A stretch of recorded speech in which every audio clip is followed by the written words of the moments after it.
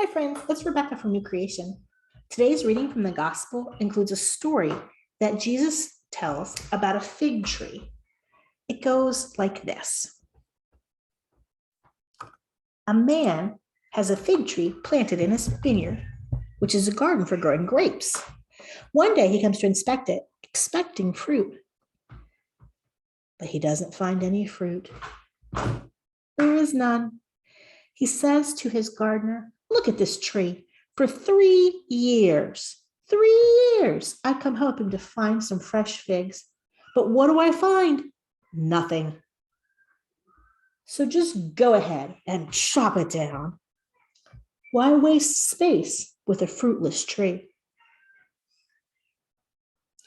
The vineyard keeper replies, "Give it another chance, sir. Give me one more year working with it. I'll cultivate the soil and heap some manure to fertilize it. If it surprises us and bears fruit next year, that will be great. But if not, then we'll cut it down."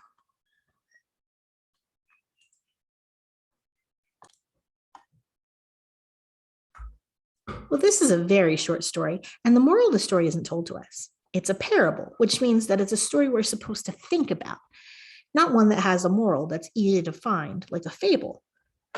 Parables are more complicated than that. Jesus tells a lot of parables in his ministry, and there's more than one way to understand them. Sometimes Jesus tells them not because he wants his followers to come to the same conclusion, but because he wants them to practice thinking. He wants them to pay attention to details and ask questions so that they can have conversations and learn from each other. But before we can do that, we have to understand what the parable is about, literally. That means, what does it tell us about the world that we can observe? What in the parable is described in a way that we can see it, taste it, especially when it's about figs,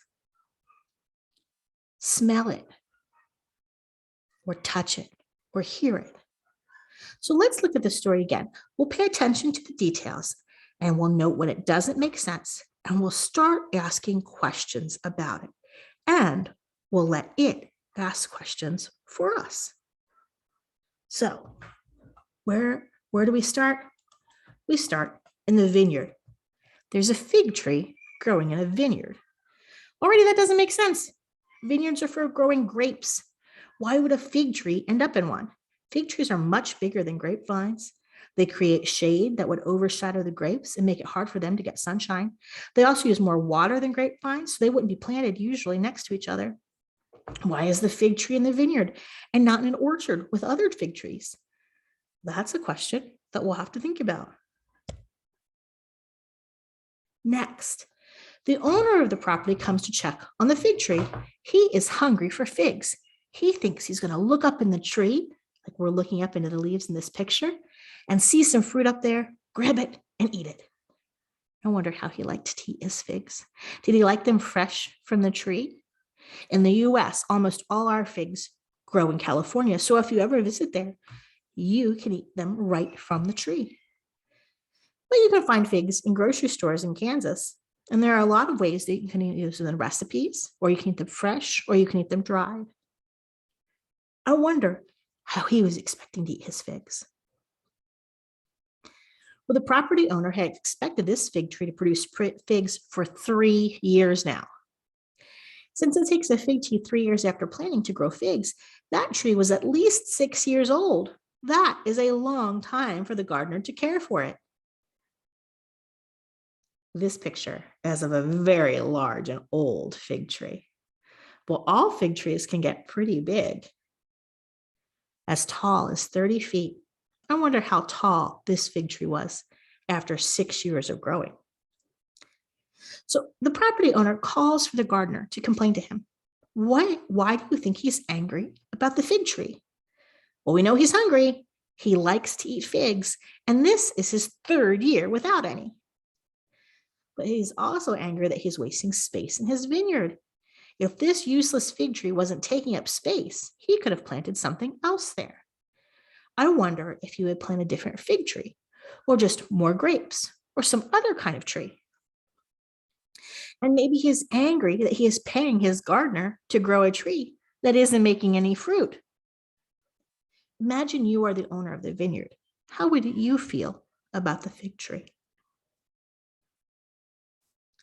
Well, we hear the man say that it would be best to chop down the tree because it's taking nutrients from the ground, but not producing any food.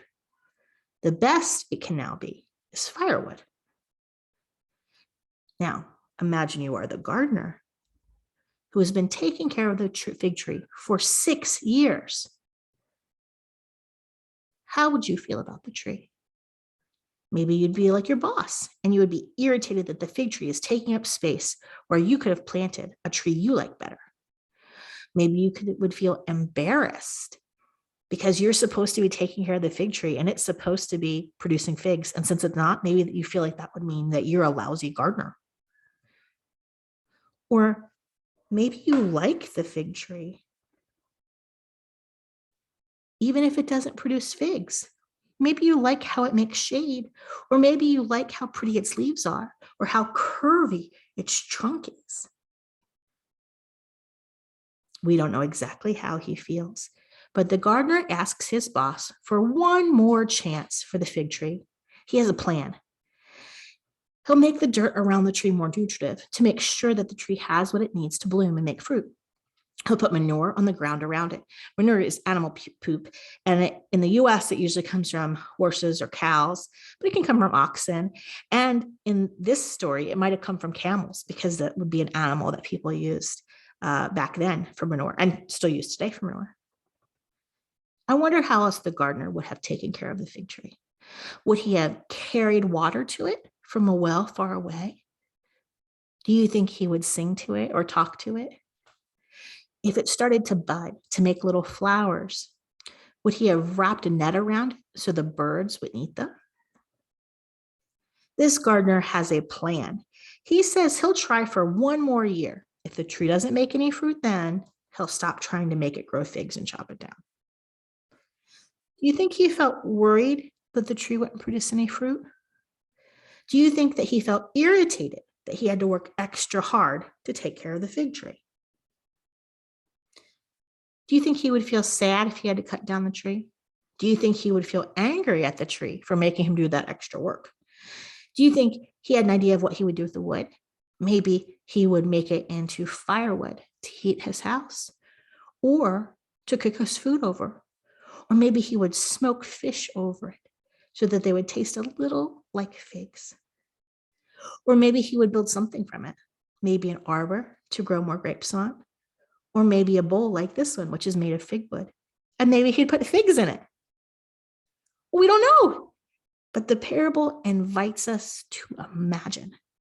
We don't even know if the fig tree ever makes fruit or what happens to it if it doesn't. We don't know if the owner ever gets to eat fruit again, figs again. And we don't know if the gardener is happy or irritated with how the story ends. If you were going to write the end of the story, how would you want it to end?